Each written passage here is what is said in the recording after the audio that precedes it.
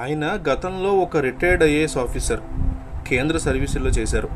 కీలకమైన ఆర్థిక శాఖలో కూడా చేశారు. అది కూడా అలాంటి పదవిలో కాదు, ఏకంగా కార్యదర్శి పదవిలో కేంద్ర ఆర్థిక శాఖ కార్యదర్శిగా ఆయన పనిచేశారు.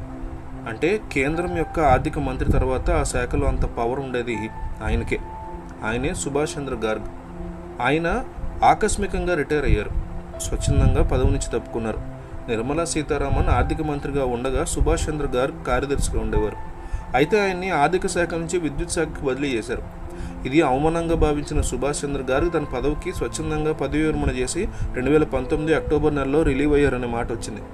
ఆయనే అనూహ్యంగా రిటైర్మెంట్ కూడా ఇవ్వగానే ఆంధ్రప్రదేశ్ ప్రభుత్వం ఆయనతో సంప్రదించి ఆయనకి వెంటనే ప్రభుత్వంలో సలహాదారు పదవి ఇచ్చింది. ఆంధ్రప్రదేశ్ రాష్ట్ర ప్రభుత్వానికి ఆర్థిక సలహాదారుగా నియమితులయ్యారు. రాష్ట్రం ఉన్న ఆర్థిక పరిస్థితుల్లో ఇలాంటి సలహాదారులు కావాలని అనుకున్నారేమో కానీ రిటైర్ అయినటువంటి వెంటనే ఆయన తీసుకొచ్చారు. అయితే ఎక్కడో ఉన్నటువంటి సుభాష్ చంద్రబోస్ గారికి ఇక్కడ ఆంధ్రప్రదేశ్ ప్రభుత్వ పెద్దలకి ఎలా లింకు కుదిరిందని తెలియదు. ఆయన్ని సలహాదారుడిగా మాత్రం పెట్టుకున్నారు. ఆయన సలహాలు ఏ మేరకు ఉపయోగపడుతున్నాయి కానీ ఆంధ్రప్రదేశ్ యొక్క ఆర్థిక పరిస్థితి ఎప్పుడూ లేని విధంగా ఇబ్బందికరంగా మారుతుంది. ఒక రకంగా చెప్పాలంటే దిగజారిపోతుంది. ఏడాదికి పెట్టుకున్నటువంటి అప్పుల అంచనా 6 నెలల్లోనే రాష్ట్రం దాటేసింది. ఆదాయం పెరగట్లేదు, అప్పులు మాత్రం పెరుగుతున్నాయి.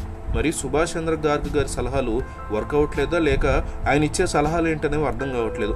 ఇదిలా ఉండగానే ఇప్పుడు సుభాష్ చంద్ర గార్గ్ సడన్గా కేంద్ర మంత్రి నిర్మలా సీతారామన్ టార్గెట్ చేస్తూ వ్యాఖ్యలు చేశారు. ఇప్పుడు అక్టోబర్లో రిటైర్ అయినటువంటి ఆయన ఇప్పుడు ఆయన విమర్శలు చేస్తున్నారు.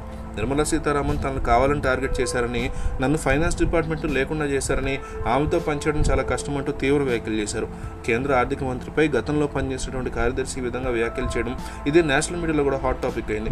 అయితే ప్రస్తుతం ఆయన ఏపీకి రాష్ట్ర సలహాదారుగా ఉన్నటువంటి పరిస్థితిలో కేంద్రాన్ని టార్గెట్ చేయడంతో నిర్మల అటు తిరిగి ఏపీకి ఆర్థికంగా పెద్ద షాక్ ఇచ్చే ఛాన్సెస్ ఉంటాయని, ఇది చాలా పెద్ద రిస్కీ వ్యవహారం అని అంటున్నారు విశ్లేషకులు.